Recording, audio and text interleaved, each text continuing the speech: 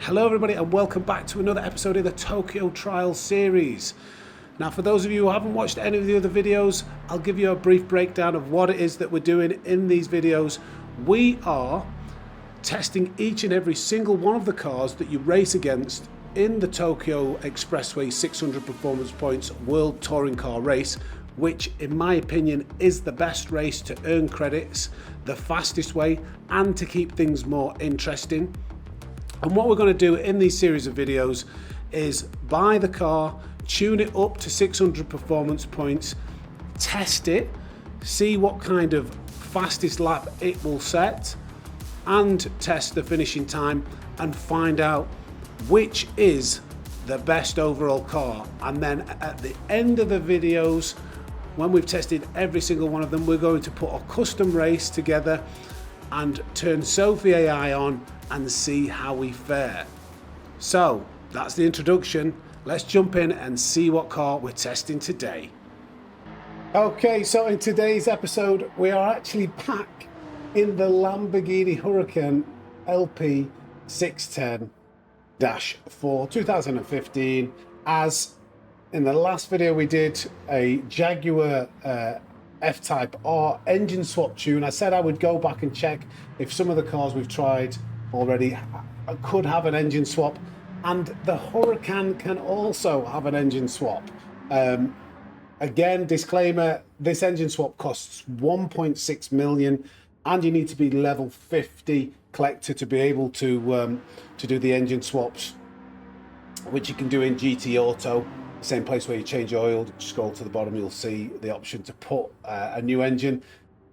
So let's have a look at the tune for this car and explain our thoughts and intentions before we take it to the track.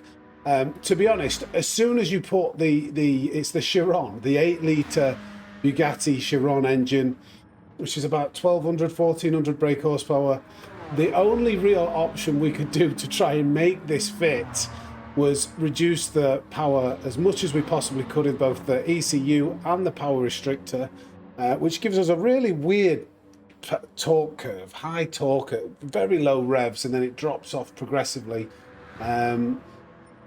which should make short shifting a more viable option.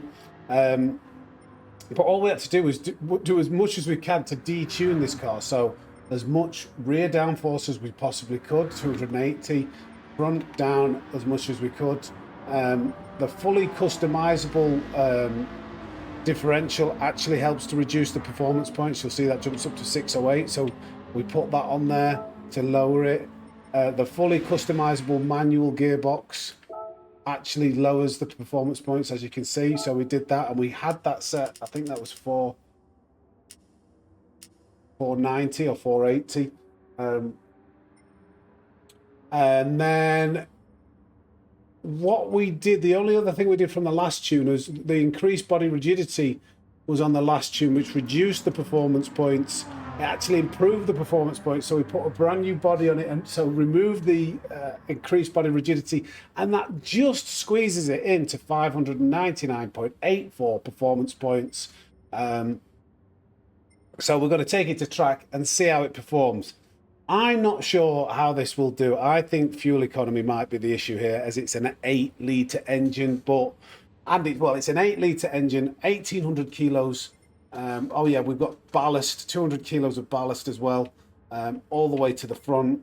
So we've just detuned it as much as we could to get it under 600 performance points. Let's see how it performs on the track. All right, straight away to the fuel map. Let's see what it's saying. I believe we're going to have to do a bit of short shifting. It's always a bit inaccurate, shall we say, on this straight, with what it guesstimates what the amount of laps you're going to get. But we are making good progress. Wow, we're up to 5th. Defend this inside line from Sassuolo, take the dry line.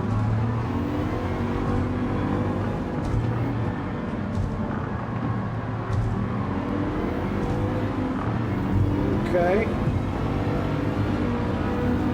It's fast. It is fast. I just don't know what it will handle like.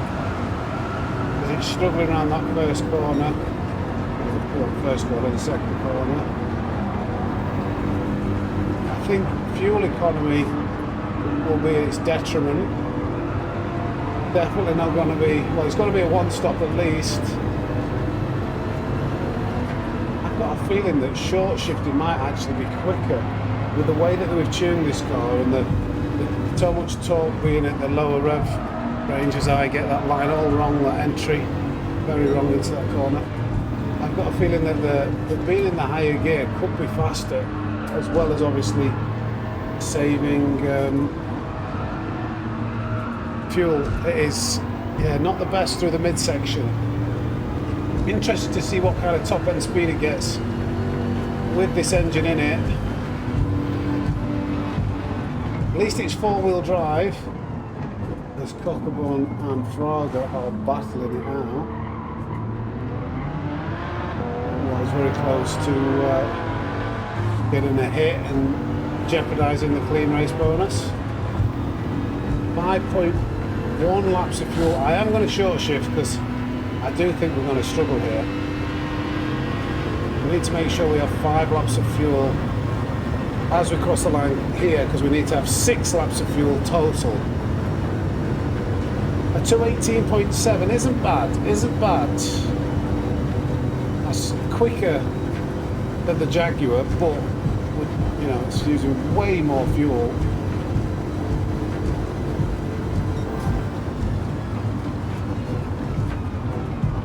But it's quite a comfortable car to drive.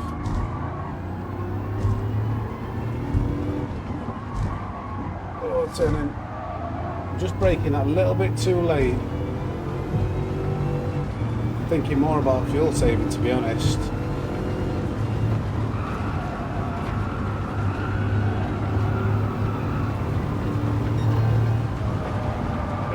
Turning, come on, turning, got that wet stuff a little bit.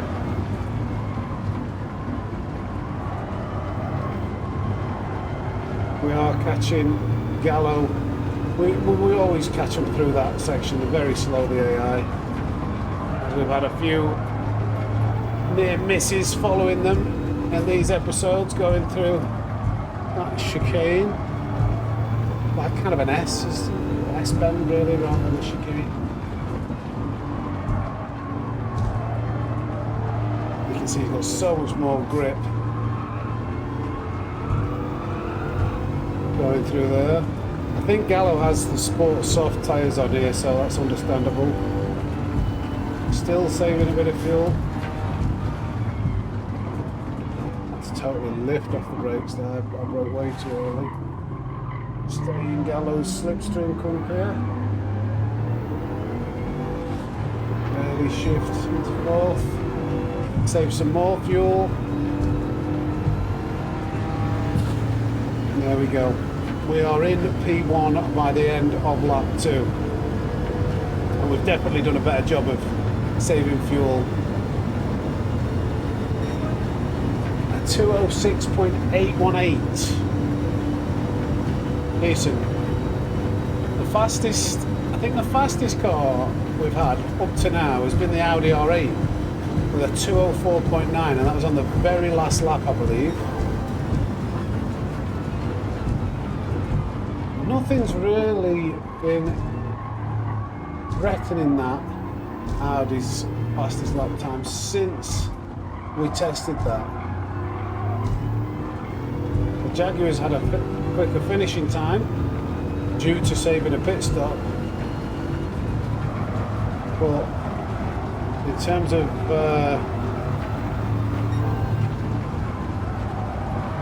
fastest lap, Audi's still king.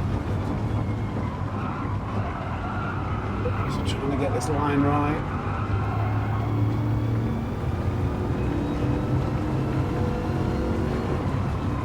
It would be quite nice if we managed to get 7 laps with some good fuel saving, and then be even lighter on fuel for the lasting, when it's drier, and really, you know, optimize our chances of setting a quick lap time.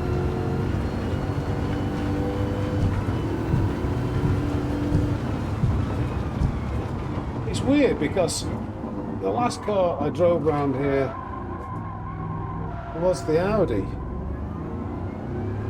which was lighter than this Lamborghini,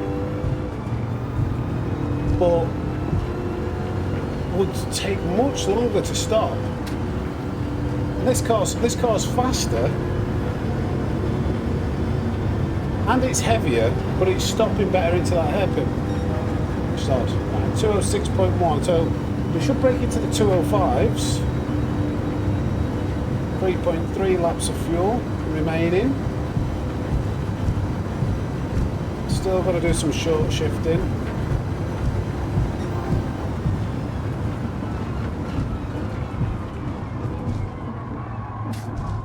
Yeah, it does feel nice. It feels nice, this Lamborghini.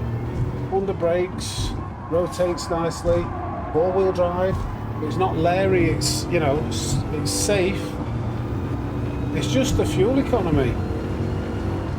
But if you just remember to change early, I mean, if you're an automatic driver, put your fuel maps up, but I would never recommend using fuel maps over short shifting. It is a lot slower. The only time I would ever recommend changing your fuel map in a race,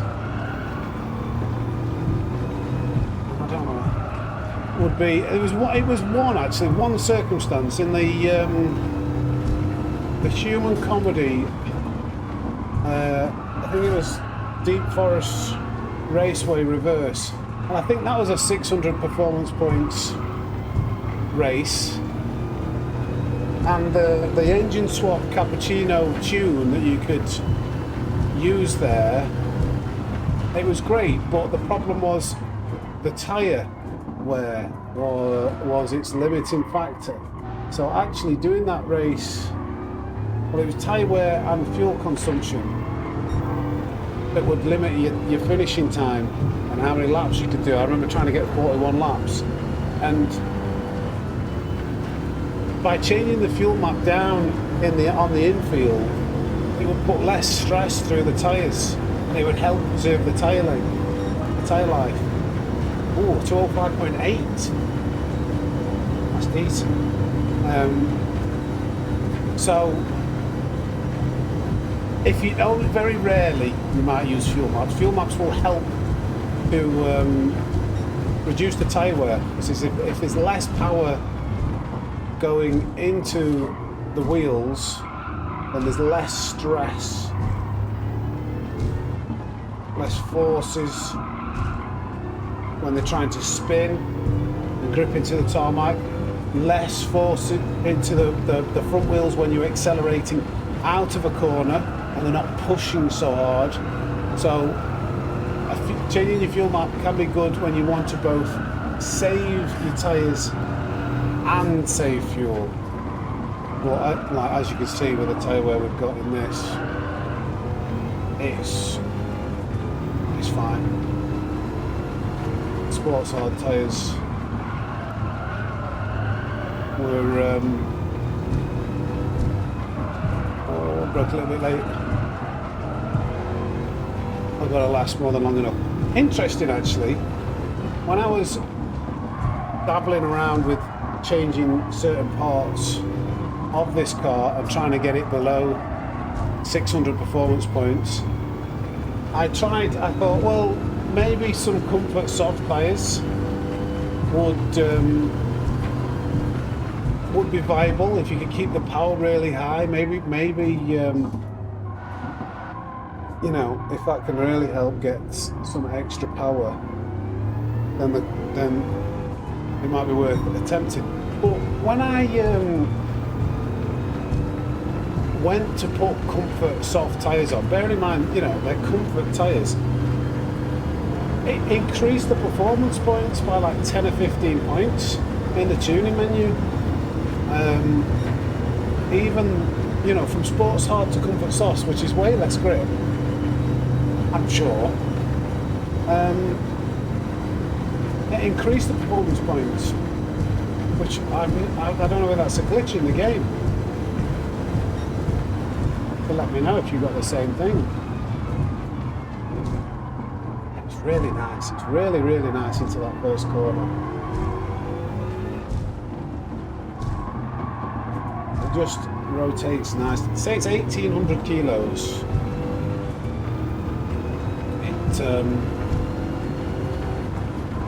It brakes and turns lovely into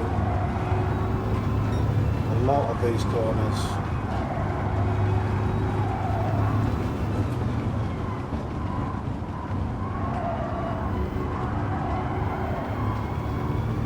Overslowed it a tiny bit there.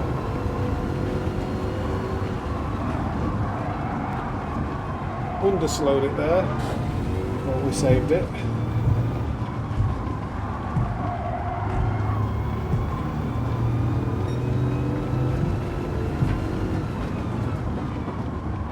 Where are we looking? Are we looking at coming up to any back runners yet?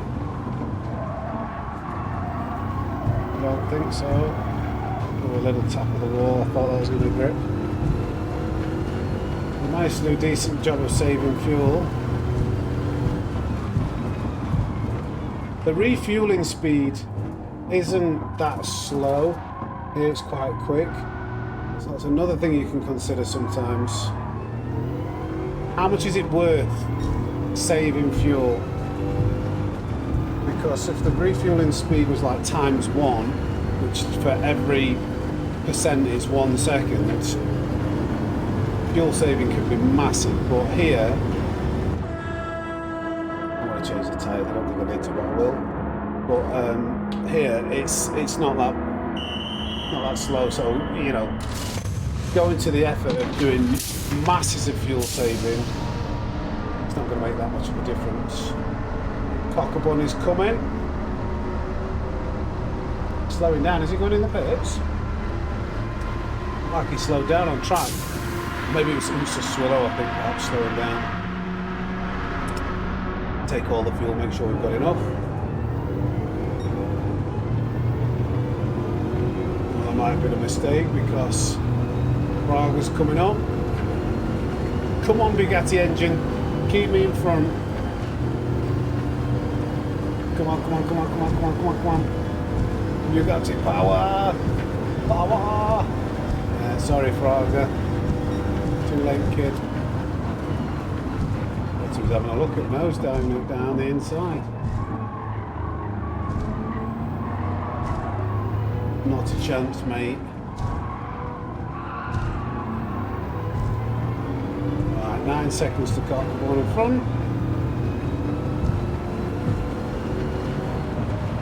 I have done a decent job of saving fuel, so I perhaps don't, but I don't need to be overly cautious because I've overfilled with fuel, but I do need to bear in mind that I probably can't rev it out.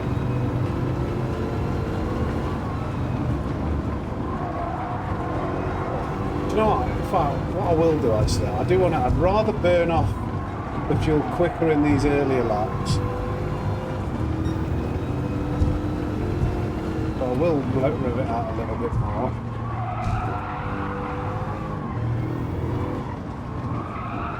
Because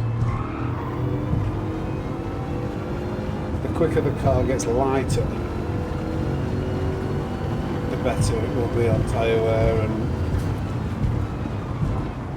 just overall speed. So much better than the Jaguar.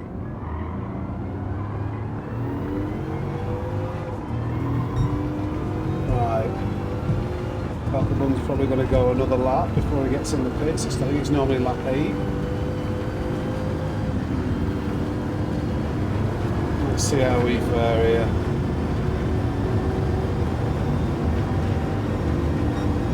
So we've got 80% of a tank. Really revving it out now. Log is in, Hazal's in.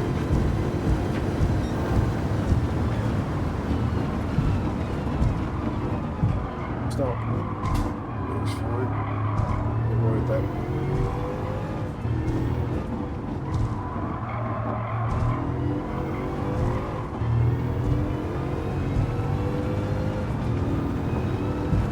Should be a exiting fourth out of there, I believe. Come on, get that front end in, that's it. Turning. Come on, grip, you big boaty.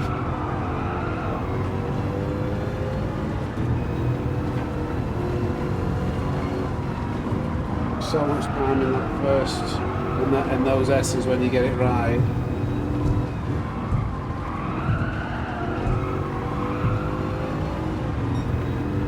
Slower.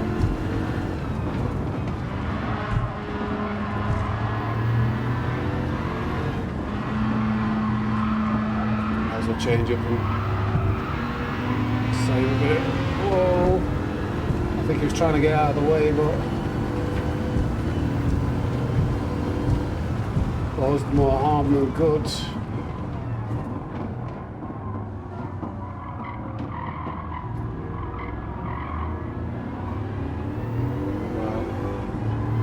I've used too much fuel already.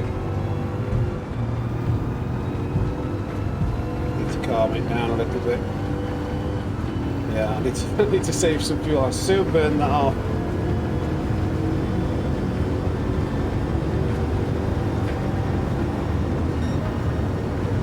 Faster lap though. Wow, that last sector must have been a lot better. Okay, so 204 might be doable. Try and concentrate, be smooth.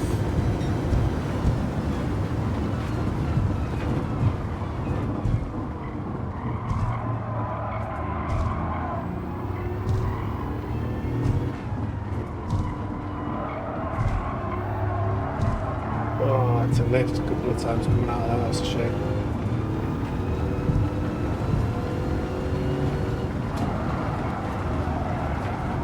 Too fast. Yeah, lost a lot of time there.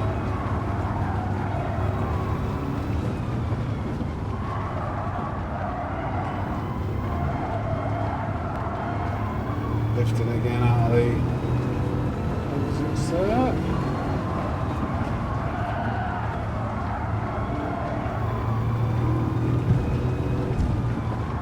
I've got to mess this lap up, so I may as well just focus on saving a bit of fuel.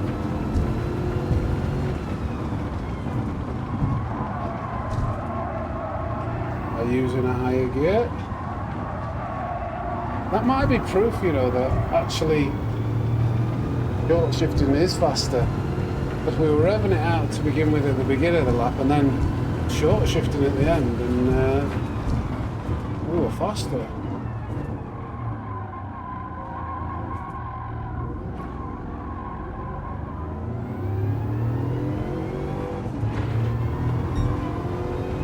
Gaining time again, and I'm still with short shift here.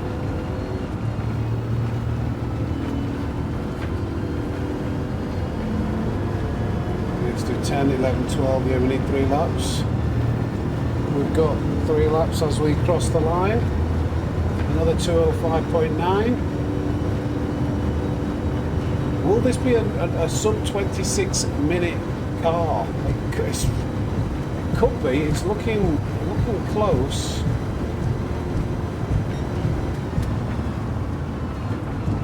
Slow for some reason for that first sector.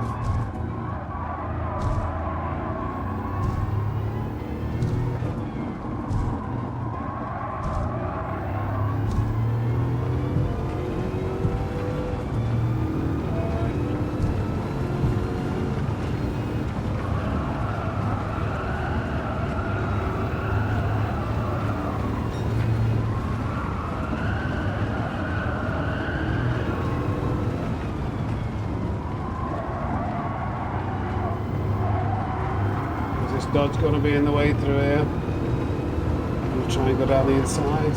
I'm not. I don't know where he's going. Maybe around the outside. Yeah. He tapped just a tiny bit, but I was too busy concentrating on the lap there. Didn't even know he was coming up, to be fair, until I saw him. That was a shame. That could have been a faster lap without having to go wide and around.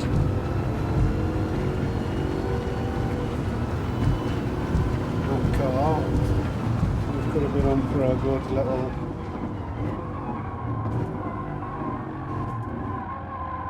Come on, place the right direction.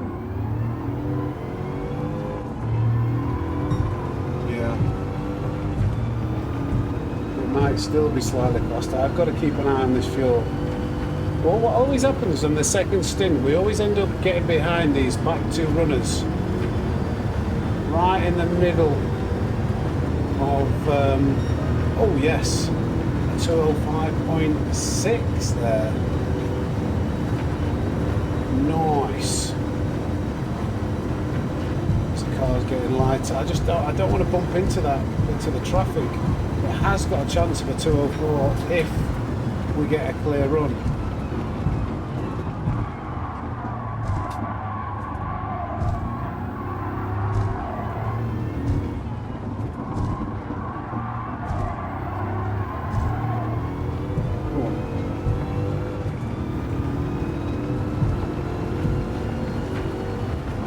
It all depends on how well. I've just messed that up quite badly. The first two corners were pretty good. Come on, no. Massively.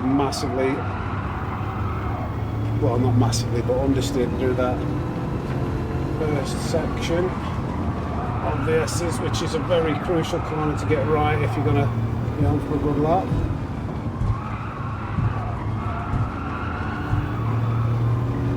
Still faster than what we were. That's how much that Dodge slowed us up. Oh, Sam. Now I've hit the wall, yeah. Maybe on this next lap. Tyres are getting a bit warm though now.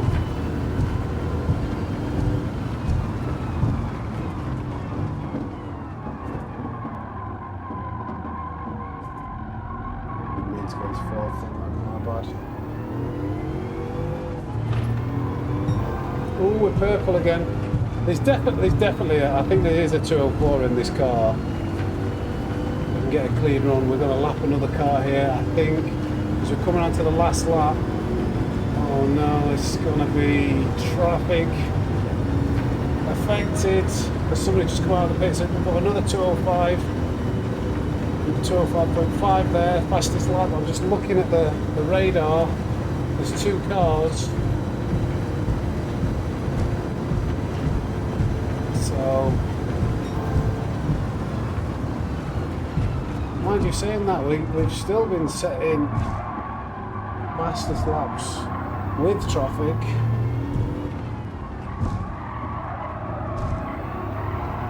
So, who knows? You know, might still do it.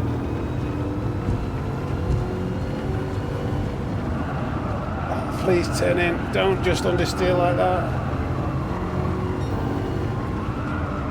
That's nice.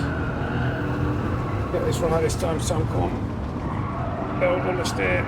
Eyes are a little bit warm now. Solace, please move. This has got a chance.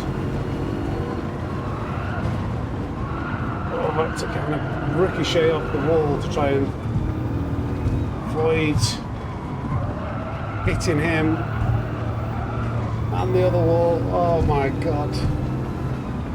Just pushing a little bit too hard and the tyres are front tyres are giving up way a bit. Come on. We might have half a chance here, you know. If we catch a bit of slipstream with this Lamborghini in front.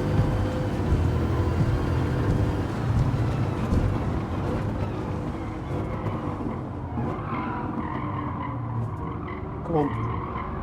Need a really good exit here. of slipstream. This has got a chance, I think. Bit of slipstream. Is it enough? I'm going to rev it out in 6th gear now. Hope that's a little bit faster. Take the shortest line. Is it another 204? Oh yes, it is just, but I've got no idea if it's the new fastest lap. I didn't even see the finishing time either. That was an exciting finish there. What is the time? Oh! Okay, so we didn't break the 26-minute marker. We did a 26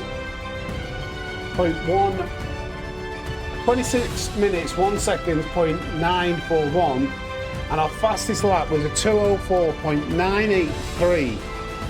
Now, I'm not sure, I don't think we've had another 204.9 in the Audi. I don't know, you'll be seeing which is faster now. I can't remember, it'll be on the leaderboards. But a nice little tune. Expensive car to tune with a 1.6 million. Let's see whether we get the clean race bonus and earn, yes, 825,000 credits. So we've more than paid, we paid half towards that tune, and we could reuse that over and over and over. That was a nice car. Shame about the fuel economy. Shame about the fuel economy. But other than that, a nice choice. So yeah, I still need to go back to the other cars that we have yet to use. I've checked. So I've checked. I haven't checked the DB11 and the Viper yet to see whether there's an engine swap for them. There was no engine swap for the R8. I've literally come to the Huracan and gone, all right, engine swap, we'll try that then. There's the DB11 and then the Viper.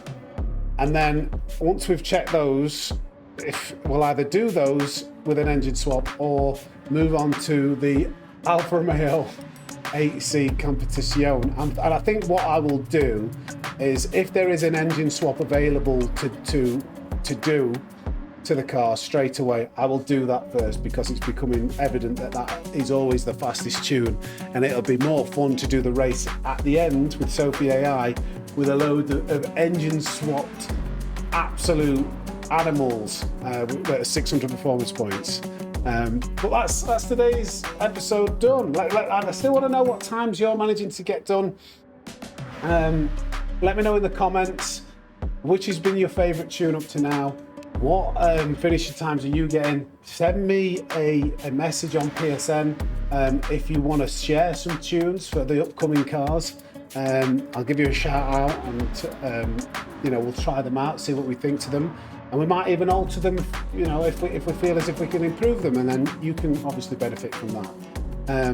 But it's over and out for this episode. So from the Racing Snake, I'll see you in the next one. Take care.